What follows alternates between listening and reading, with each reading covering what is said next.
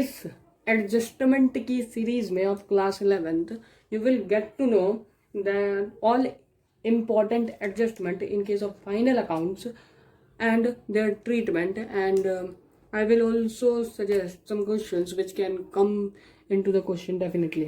Okay, तो सबसे पहले इस सीरीज के एडजस्टमेंट के सीरीज के सबसे पहला पॉइंट ये आता है कि व्हाट आर दीज एडजस्टमेंट्स. तो ये एडजस्टमेंट है क्या. ठीक है, हमें एडजस्टमेंट दी रहती है, मगर क्यों है ये एडजस्टमेंट. डायरेक्टली भी काम हो सकता है. तो adjustments are all that relevant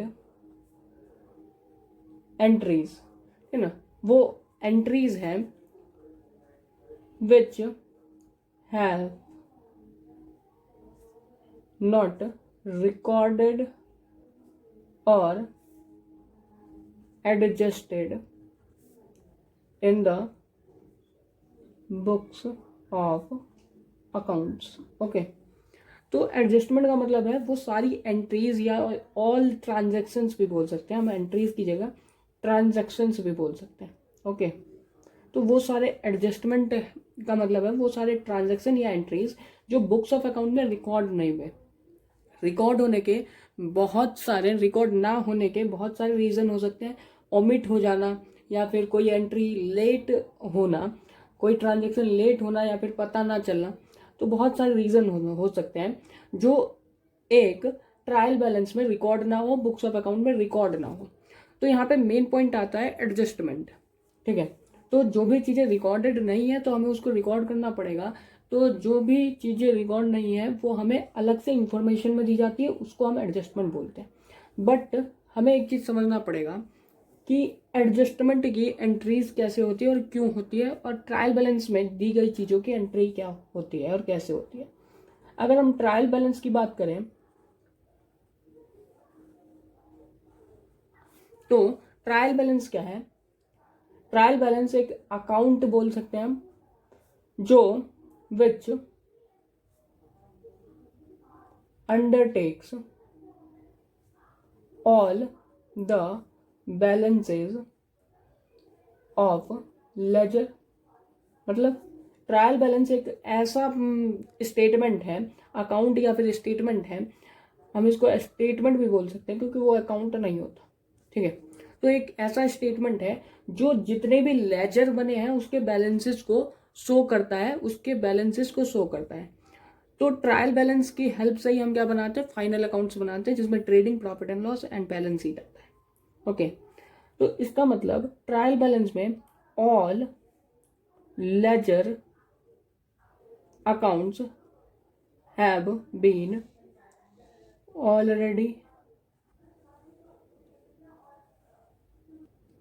already adjusted. ठीक है, मीन्स जो भी अकाउंट हमें ट्रायल बैलेंस में दिया होगा उसकी एक एंट्री, एक इफेक्ट ऑलरेडी एडजस्टेड होता है. मीन्स अगर कुछ भी अकाउंट जैसे सेल्स अकाउंट हमें ट्रायल बैलेंस में दे रखा है तो उसकी एक ही सिंगल इफेक्ट एंट्री होगी बिकॉज ये पहले से ही already adjusted in the books of account.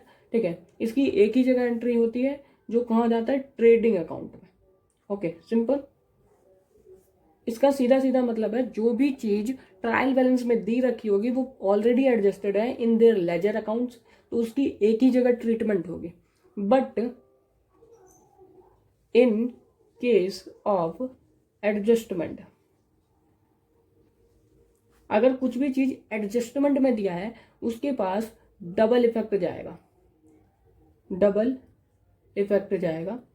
Effect means वो 3 अकाउंट होते हैं हमारे पास, trading, P&L and balance sheet.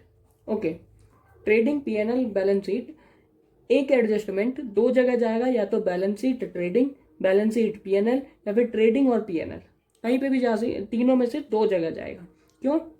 क्योंकि ये एज अ अदर इंफॉर्मेशन है, not as an adjustment. Okay, अगर ट्रायल बैलेंस में कुछ भी चीज़ है तो वो ऑलरेडी लेजर में एडजस्ट हो चुकी रहती है, इसी वजह से एक ही इफेक्ट होता है। But on the other hand information means adjustment, उसके दो इफेक्ट एंट्रीज होते हैं।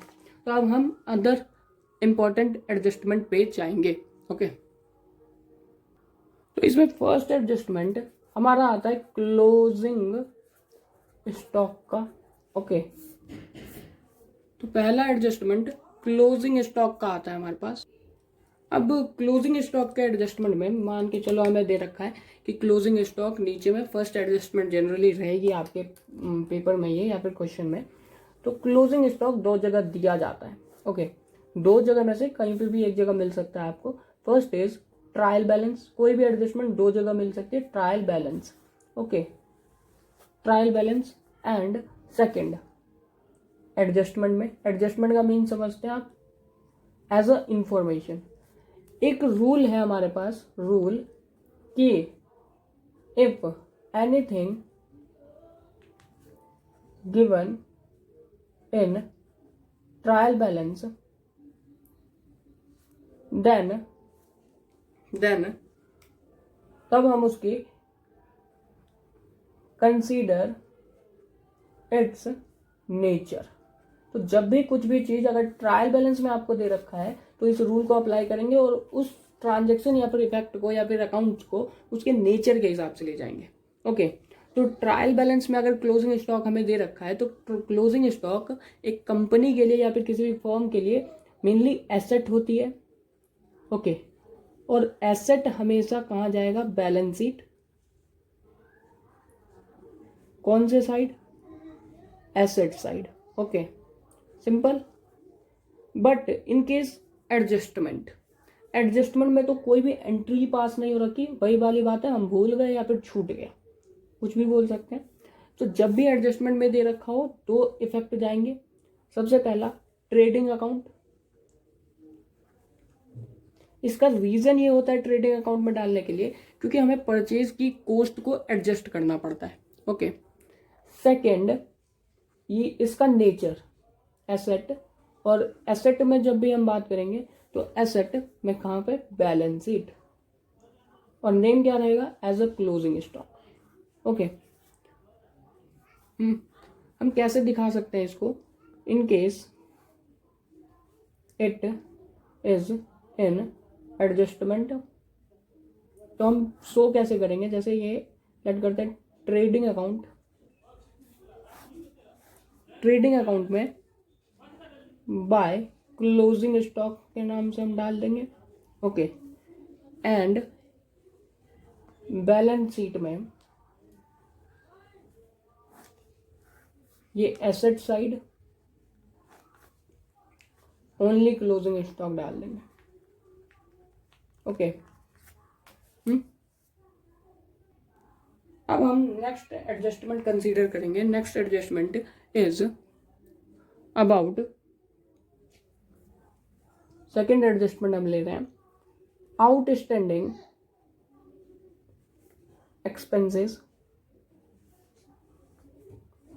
ठीक है, तो आउटस्टैंडिंग एक्सपेंसेस, तो सबसे पहले what is this outstanding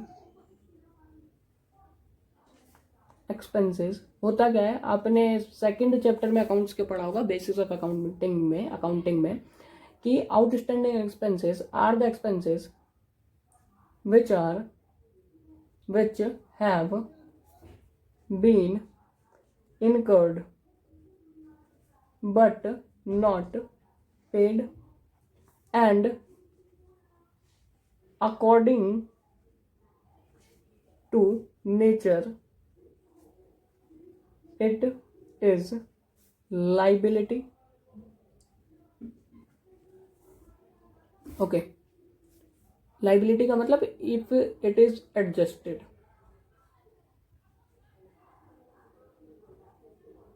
in ledger account. Okay, तो आउटस्टैंडिंग एक्सपेंसेस मीन्स कि किसी पर्सन से हमने काम करवाया, हमारा एक तरह से खर्चा हो गया, मगर उस काम का हमें उसको पैसा देना है मगर दिया नहीं है। ठीक है, हमने जो भी एक्सपेंसेस करे हैं उसका पे ऑफ नहीं करा है, पे नहीं करा है उस एक्सपेंस को, तो वो हमारे लिए एक तरह का आउटस्टैंडिंग एक्सपेंस है। ठीक है। इन केस, इस केस में हम अगर मैचिंग कॉन्सेप्ट देखें,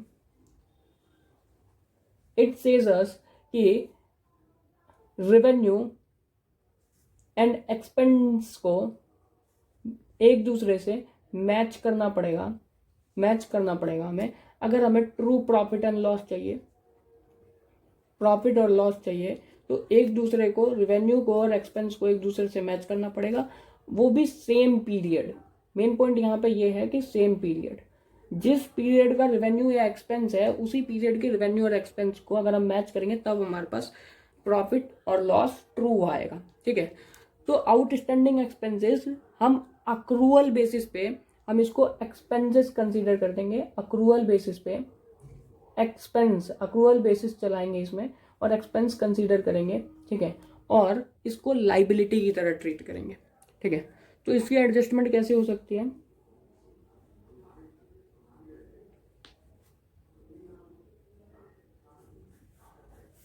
दो तरह से दे रखा होगा ये भी ऑब्वियस। ठीक है। Again trial balance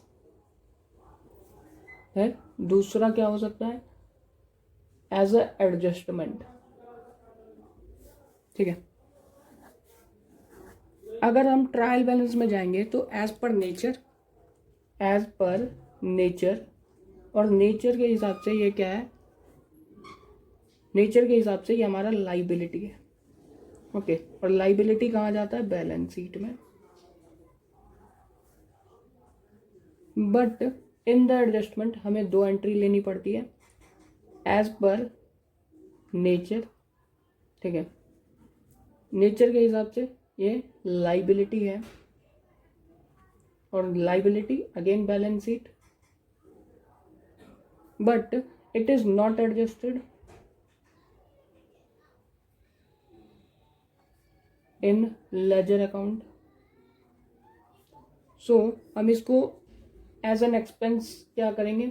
as an expense क्या करेंगे? कंसीडर करेंगे, और एक्सपेंस कंसीडर करके ऐड कर देंगे, add to relevant expense account.